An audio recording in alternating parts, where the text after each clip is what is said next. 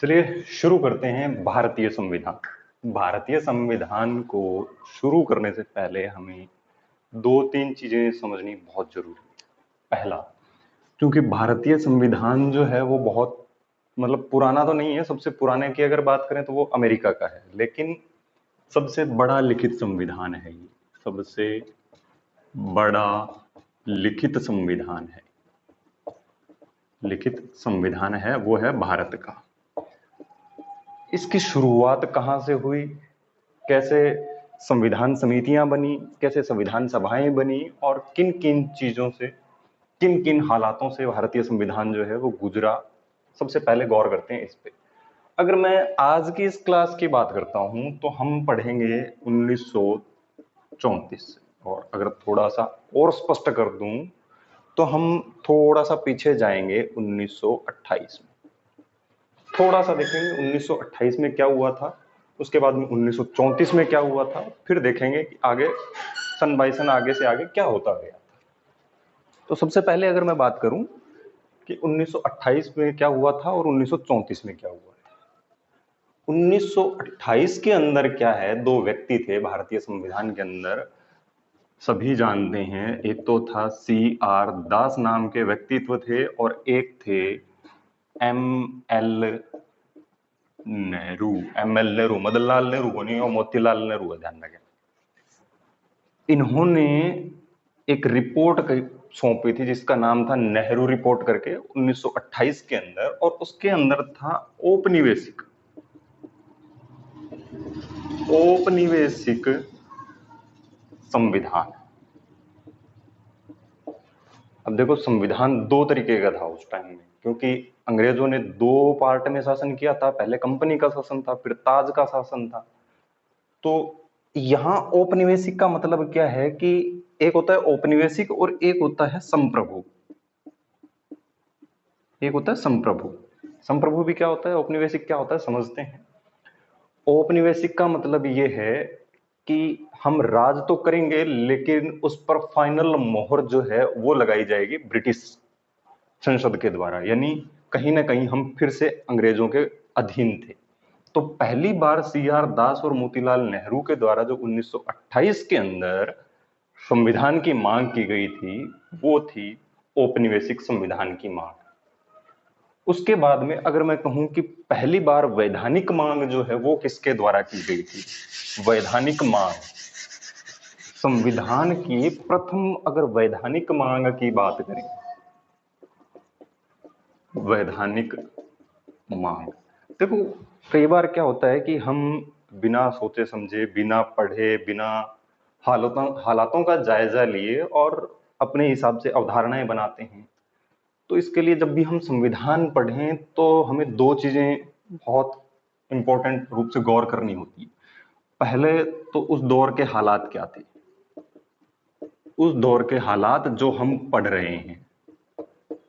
पहला तो ये है कि उस दौर के हालात क्या थे जो हम अभी पढ़ रहे हैं। जैसे हम अभी 1928 पढ़ेंगे, 1934 पढ़ेंगे, उसके बाद में 38, 42, 47, 46 जो भी हम पढ़ेंगे, तो उस दौर के हालात क्या थे। पहला तो है ये, और दूसरा है जीरो माइंडसेट। ध्यान रखें, हमें सिर्फ और सिर्फ हमारी स्टडी से मतलब होता है। हमें किसी चीज से और कोई मतलब नहीं है कि कांग्रेस क्या थी, मुस्लिम लीग क्या थी, बीजेपी ने ये किया, उसने वो किया, ये किया, वो किया। हम न तो कांग्रेस के वकील हैं, हम न बीजेपी के वकील हैं, हम न मुस्लिम लीग के वकील हैं। हमें सिर्फ और सिर्फ मतलब है हमारे संविधान से, हमें सिर्फ पढ़ने से मतलब है, और हम वही कर रहे हैं और हम वही करेंगे सिर्फ और सिर्फ। तो इसलिए जीरो माइंडसेट रखना है, क्योंकि अगर आप किसी एक व्यक्ति विशेष के या किसी एक पार्टी विशेष के प्रति संविधान को पढ़ते समय अगर माइंडसेट रखते हैं, तो फिर उस तरीके से आप नहीं समझ पाएंगे जिस तरीके से आपको समझना चाहिए। तो उस दौर के हालातों पर अगर मैं बात करूं, सबसे पहले तो एक पार्टी हुआ करती थी मुस्लिम लीग। वैधानिक मांग की बात बाद में करेंगे। मुस्लिम लीग जिसकी स्थापना हुई थी 1906 में। स्थापना करने वाले कौन थे? आगा खान है, मोहम्मद अली जिन्ना है, जिसको पाकिस्तान में बाबा ए कौम के नाम से जाना जाता है। बाबा ए कौम यानी राष्ट्रपिता। यानी राष्ट्रपिता बाबा ए कौम यानी मुस्लिम लीग के जो संस्थापक रहे हैं, उनको बाबा ए कौम के नाम से पाकिस्तान में जाना जाता है। 1906 के अंदर मुस्लिम लीग की स्थापना हो गई थी और इनका जो टारगेट था, इनका जो उद्देश्य था, वो यही था कि हमें हमारे लिए, हमारी कौम के लिए एक अलग से मुल्क की व्यवस्था करनी है। कैसे करनी है वो धीरे धीरे आगे इनकी रणनीतिक जो चीजें थी वो आगे जाकर के समझ में आई। और एक 1885 के अंदर पार्टी एस्टेब्लिश थी ही, जिसको हम कहते हैं, आज भी जानते हैं हम, कांग्रेस के नाम से। तो ऐसा नहीं है कि कांग्रेस ने काम नहीं किया है, ऐसा है ये वो, हमें उन चीजों के बारे में कोई गौर नहीं करना है, हमें सिर्फ और सिर्फ उस दौर के हालात देखने हैं। तो पहली पार्टी जो है वो 1885 के अंदर स्टैब्लिश हुई है कांग्रेस, और दूसरी है 1906 के अंदर स्टैब्लिश हुई है मुस्लिम लीग। यानी अब अगर हम बात करें वैधानिक मांग की, तो 1934 के अंदर एक व्यक्ति हुए थे, एम.एन. रॉय, जिसका पूरा नाम था इनका मानवेंद्र नाथ रॉय। मानवेंद्र नाथ रॉय ने प्रथम वैधानिक मांग जो है वो की थी। वैधानिक मांग का मतलब क्या होता है कि कानूनन मांग की थी। ऐसा नहीं है कि राह चलते बोल दिए, बोले हमें संविधान चाहिए, हमें ये चाहिए, हमें वो चाहिए, नहीं, ऐसा नहीं है। उन्होंने बाकायदा कानूनन या कानूनी रूप से उन्होंने संविधान की मांग की थी, एम.एन. रॉय ने, जिसका पूरा नाम है मानवेंद्र नाथ रॉय। अब मानवेंद्र नाथ रॉय 1934 के अंदर वैधानिक मांग कर चुके हैं। अब इन्होंने तो की थी एक संविधान की मांग, दूसरी पार्टी कौन सी है, मुस्लिम लीग, ये चाहते थे डबल संविधान, दो संविधान, यानी एक अलग देश चाहते थे, तो उनके लिए एक अलग से संविधान होना भी चाहिए था। ये उनकी सोच थी, ये उनका मानना था। अब देखते हैं कि उस दौर के जो नेता हैं वो क्या सोच रहे हैं, वो क्या चाह रहे हैं एक्चुअल। मानवेंद्र नाथ रॉय ये चाह रहे थे कि कैसे भी करके एक संविधान स्टैब्लिश हो जाए भारत के अंदर। लेकिन 1928 का जो एक मांग की गई थी 1928 के अंदर, कौन सी, औपनिवेशिक की, वो कहीं ना कहीं बाद में आगे जाकर के आड़े आएगी। क्योंकि औपनिवेशिक ब्रिटिश, जो ब्रिटेन है, ब्रिटिश है, वो ये चाहते थे कि हम आजाद कर दें, लेकिन फाइनल मोहर आजाद होने के बाद भी हम ही लगाएं। जबकि हम ये चाहते थे कि हम औपनिवेशिक नहीं, हम चाहते हैं भाई कौन सी, संप्रभु। हम चाहते थे संप्रभु का मतलब है किसी और का अधिकार न हो करके सिर्फ और सिर्फ हमारा अधिकार हो। हम जो भी कानून वगैरह बनाएं, नियम बनाएं, उन पर फाइनल मोहर भी हम ही लगाएं। लेकिन औपनिवेशिक के अंदर ये नहीं होता है, हम कानून बनाएंगे लेकिन फाइनल मोहर जो है वो कौन लगाएगा, वो ब्रिटिश संसद लगाएगी फाइनल मोहर। तो कुल मिलाकर के बात ये है कि औपनिवेशिक और संप्रभु में ये छोटा सा अंतर है। छोटा सा तो नहीं है वैसे, तो बहुत बड़ा ही अंतर है ये, कि कहां से चलना चाहिए और क्या होना चाहिए। अब क्या हुआ, 1934 के अंदर एम.एन. रॉय ने जब वैधानिक मांग की, इसको रिपीट किया गया कब, 1935 में। 1935 में इस मांग को दोहराया गया, किसके द्वारा, कांग्रेस के द्वारा। कांग्रेस ने इस मांग को दोहराया कि भाई हाँ, क्या हुआ, हमने पहले 1928 में औपनिवेशिक की मांग कर ली, संविधान की मांग कर ली, उसके बाद में हमने वैधानिक मांग हमारे एम.एन. रॉय साहब ने कर ली, मानवेंद्र नाथ रॉय साहब ने कर ली, लेकिन आप लोग हो कि सुन ही नहीं रहे हो, आप लोग चाहते क्या हो आखिर में। लेकिन इस दौर के जो 35 के दौर के हालात है ना, वो हालात कैसे चल रहे हैं, थोड़ा सा एक वर्ल्ड पर हम गौर करते हैं कि उस समय जो देश के हालात है वो कैसे चल रहे हैं। देखो 1939 में क्या हुआ था, सेकेंड वर्ल्ड वॉर स्टार्ट हो गया था। और हम बात कहाँ की कर रहे हैं, कब की कर रहे हैं, 1934-35 के आसपास की। हम बात कहाँ की कर रहे हैं, 1934-35 के आसपास की, सॉरी 1934 और 35। 1934 में मानवेंद्र नाथ ने वैधानिक मांग की, 35 में कांग्रेस ने दोहराया, और उसके बाद में 38 के अंदर 1938 के अंदर सभी जानते हैं पंडित जवाहरलाल नेहरू, इन्होंने कहा कि भाई हमें औपनिवेशिक नहीं चाहिए, हमें कौन सा चाहिए, हमें चाहिए संप्रभु संविधान। हमें कौन सा संविधान चाहिए, हमें चाहिए संप्रभु संविधान। अब संप्रभु संविधान की मांग 1938 के अंदर कांग्रेस के ही व्यक्तित्व हैं पंडित जवाहरलाल नेहरू, इन्होंने मांग की है। यानी औपनिवेशिक को छोड़ो, आप हमें स्वतंत्र तो कर रहे हो लेकिन फाइनल मोहर फिर भी आप लगा रहे हो, हमें वो नहीं चाहिए, हमें संप्रभु चाहिए, सारी स्वतंत्रता हमें हमारे पास ही चाहिए। पंडित जवाहरलाल नेहरू ने 1938 में संप्रभु संविधान की मांग की और इधर 1939 के अंदर सेकंड वर्ल्ड वॉर शुरू हो गया। वर्ल्ड वॉर के बाद में यानी 1939 स्टार्ट होने के बाद में 1940 के अंदर क्या है, ब्रिटिश संसद ने उनकी इस मांग को मान लिया। भारतीय संविधान सभा की जो मांग थी ना, उसको माना 1940 के अंदर, जिसको कहते हैं हम अगस्त प्रस्ताव, यानी 1940 के अगस्त महीने में आया, इसलिए इसको अगस्त प्रस्ताव बोला जाता है। अब देखते हैं 1940 का दौर क्या चल रहा है। 1940 के दौर में भारत के जो वायसराय हैं,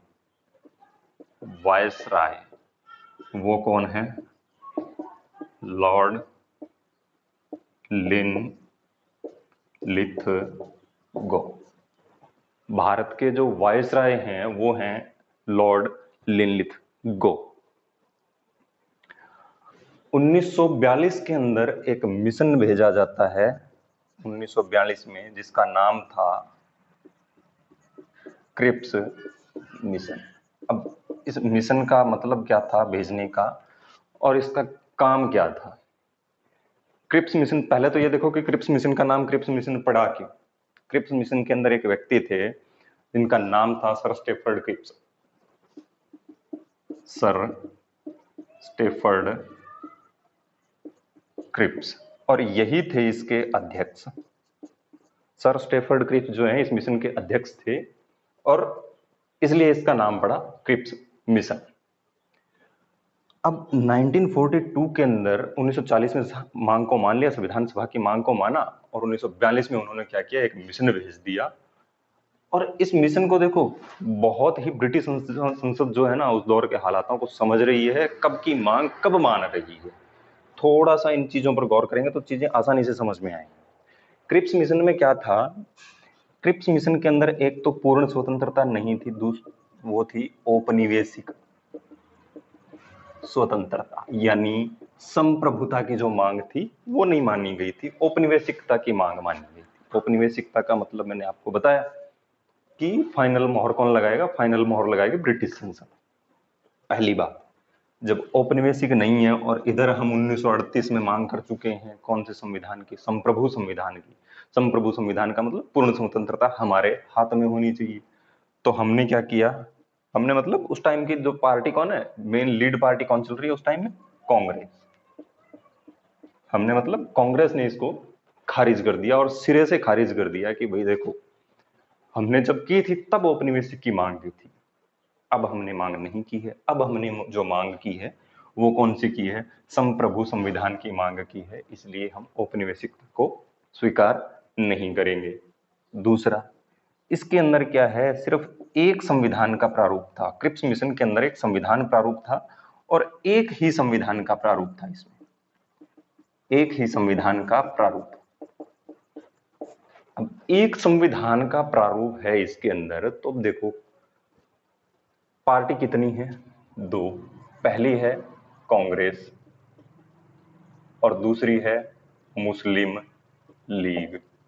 मुस्लिम लीग जो है वो क्या चाह रही है कि दो संविधान हो। दो संविधान क्यों हो, क्योंकि हमें हमारी कौम के लिए, मुस्लिम व्यक्तियों के लिए, मुस्लिम समाज के लिए एक अलग से संविधान चाहिए, हमें एक अलग से मुल्क चाहिए हमें।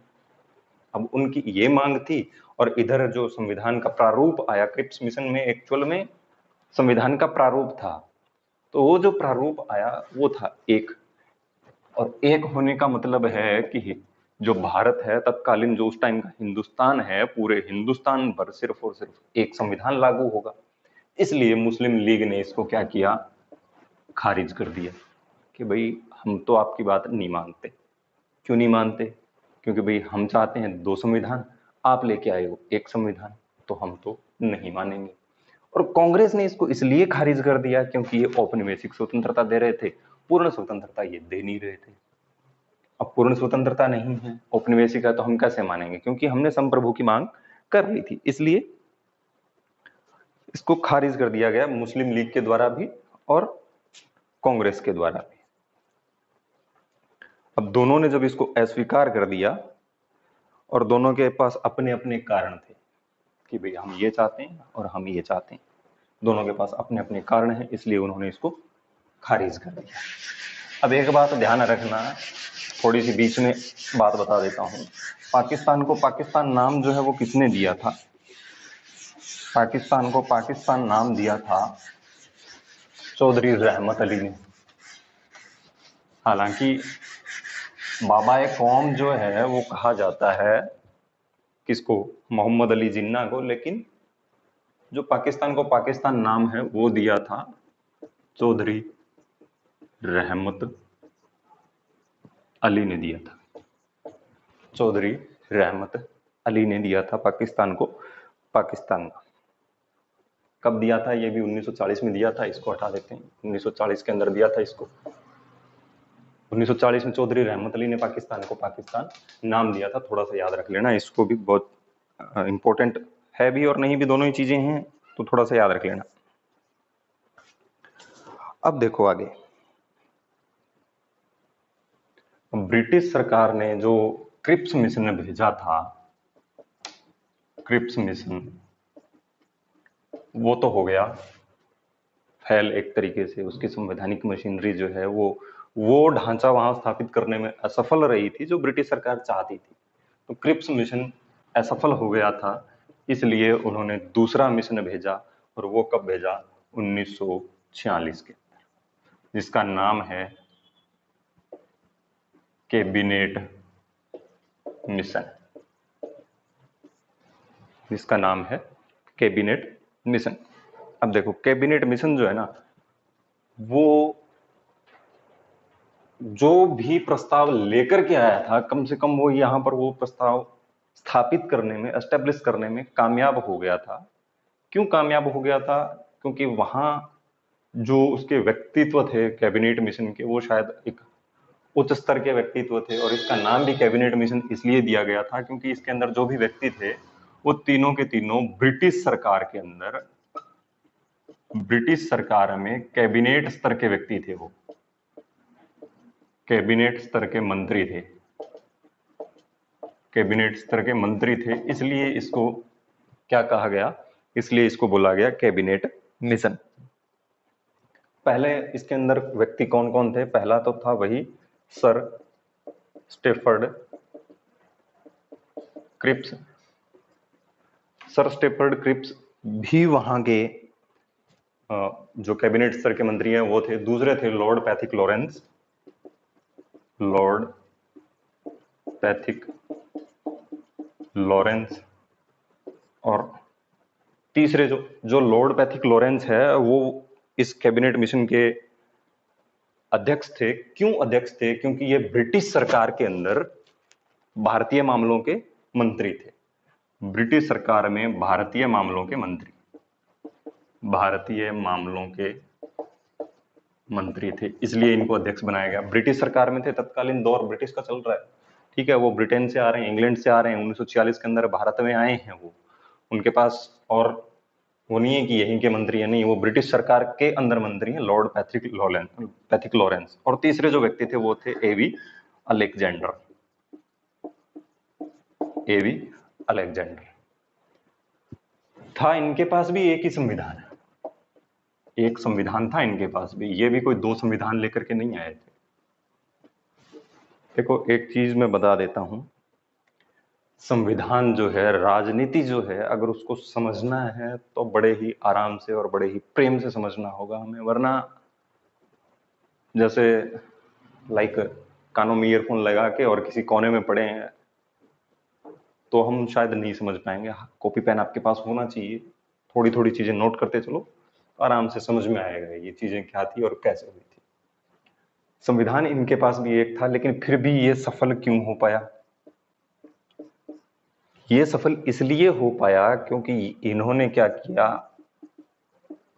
मुस्लिम लीग को समझा लिया। तो कुल मिला के ये कह सकते हैं कि ये मुस्लिम लीग को समझाने में समर्थ रहे थे, या मुस्लिम लीग को समझाने में ये कामयाब हो गए थे, इसलिए कैबिनेट मिशन जो है उसने अपनी सफलता प्राप्त की थी इस एक संविधान के बदौलत भी।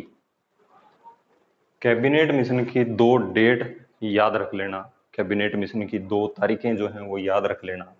पहली तो है 24 मार्च 1946, 16 मई 1946। इस दिन तो ये भारत में आया था, भारत आया था, और इस दिन अपनी रिपोर्ट सौंपी थी इन्होंने।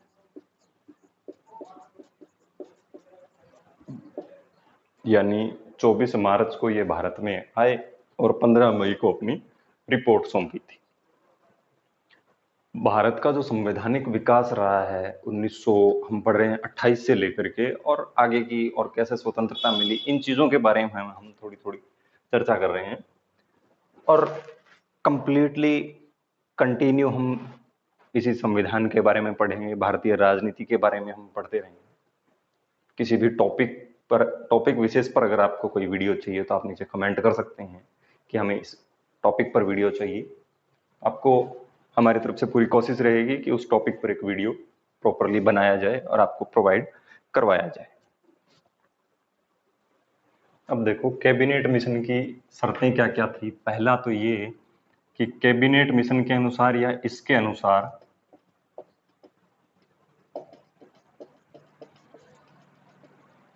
संविधान सभा का गठन हुआ। पहली बात, किसके अनुसार? कैबिनेट मिशन के अनुसार। कैबिनेट मिशन के अनुसार संविधान सभा का गठन हुआ। दूसरी चीज, कैबिनेट मिशन के अनुसार संविधान सभा का गठन हुआ है, और दूसरी चीज जो है वो ये है कि संविधान सभा के अंदर, संविधान सभा में 389 सदस्य थे। हालांकि आगे देखेंगे कि 389 सदस्य जो हैं वो कौन से थे, किन किन भागों में उनको बांटा गया था, वो हम आगे की क्लासों में पढ़ लेंगे। पहले हम ये देखते हैं कि इसकी शर्तें क्या है।